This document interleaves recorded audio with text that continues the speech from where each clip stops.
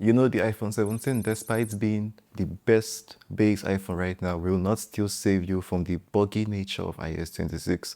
And that's how I'll tell you that if you're on any promotion iPhone currently, and then you begin to feel like you want to upgrade to get a better iOS experience, you know, the UI and stuff, you are wasting your time. I tested out the Sage iPhone 17 and I am so down to the green gold nature that Sage is my favorite color. It took me a while to get my hands on it. You know, I'm not a top YouTuber yet, but hopefully next year I'll review the iPhone 18 the same week of its launch. So trying out the Sage iPhone 17, I was going from a 14 Pro, which I daily drive, to that. And then the differences between those two are quite very noticeable. How it feels. You know, the stainless steel iPhones 13 Pro, 12 Pro, 14 Pro have the boxy, edgy stainless steel frame that's a fingerprint magnet in common, right?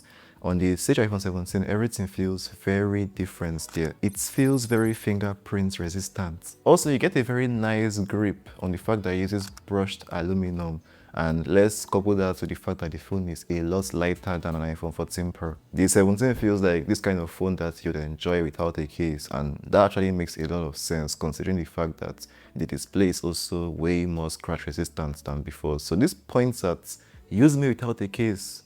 I mean, that's the peak phone experience, because like cases are like keeping us hostage from enjoying the true beauty of our display, screen protectors, and the case itself. That's like the body of the device. Anyways, if you are currently on iPhone 15 series, 16 series, and the rest, you would barely even notice what I'm talking about here. But then from a 12 Pro, 13 Pro, or 14 Pro, those stainless steel phones, you'll definitely feel the difference in comfort.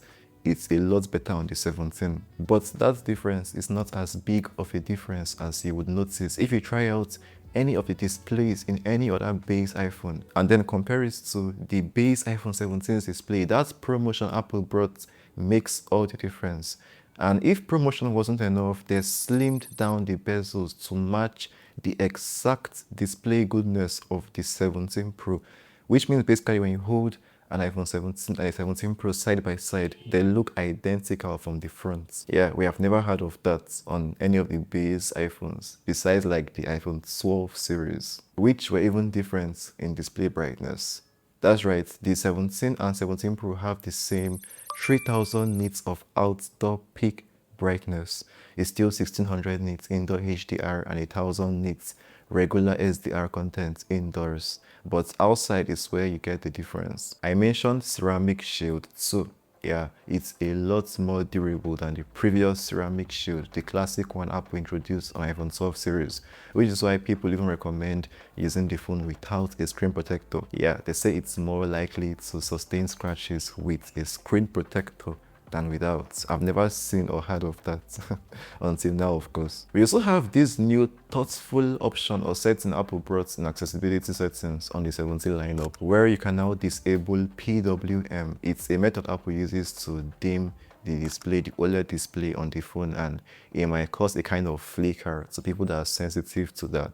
So finally, you have the option to disable it if it bothers you. iPhone cameras are the only cameras I've been able to afford, which I can call premium. So believe me when I tell you that cameras are like my biggest decider apart from promotion in any iPhone I'm buying right now. We have a very interesting selfie camera on the iPhone 17, as all of you already know by now.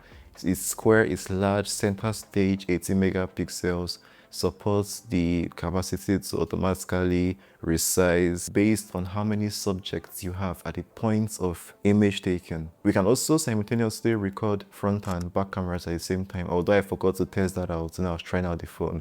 And also the selfie camera, when you compare the video, yeah, video is like a big area for me. It's where most Android phones are unable to catch Apple. And that's why I stick with Apple video cameras. That's what I currently use, even right now, for this video. Previously, you'd have to like flip your phone behind to get that crisp quality when you want to take like a video, like YouTube Shorts, Instagram Reels, stuff like that. But now you can actually rely on that selfie camera, and it looks very premium and crisp. It doesn't look like, oh, you're trying to manage the selfie. No, it looks very good. The new ultra-wide camera bump to a 48 megapixel lens also looks very good. So we have double 48 megapixel fusion cameras on the rear end. I took a couple pictures between my 14 Pro and the iPhone 17 just to show you guys the comparison within the years of gap. I think it's a 3-year gap. Yeah, so you can see, like, in my honest opinion, they have different ways of handling HDR processing. You know, we have Smart HDR5 on 17 and Smart HDR4 on 14 Pro. Yeah, but overall, I would say my 14 Pro already gets a lot right. You know, camera is not really moving me from what I'm seeing. Yeah, the selfie camera is definitely different. But even at that, my 14 Pro selfie camera is still no joke. So one of the ways Apple shoots themselves in the leg is by making their older models so good and, you know, still carrying them very alive and healthy with updates, excluding iOS 26. We have Apple's A19 SoC with 8 gigs of low power DDR5X RAM, and 8 gigs is what we had previously on the 16 Pro and 16 Pro Max, and it handles multitasking on iOS perfectly, which means we will have no problems with RAM management even in the next couple years. Can't really be so sure about Apple Intelligence, can I? I mean, if Apple made the Pro models have 12 gigs of RAM, they might have some big plans coming up for Apple Intelligence when you think about it. We also have the Wi-Fi 7 and Bluetooth 6 chip held together by the Apple N1 Apple Silicon, which means obviously Wi-Fi and Bluetooth will do a lot better and consume a lot less power than previous generations. And then I tried out Call of Duty Mobile, thanks to the fact that we now have 120Hz and 120 FPS support. You can now game in a very premium way. Trust me, the differences are not all that between my 14 Pro and 17 in terms of gaming.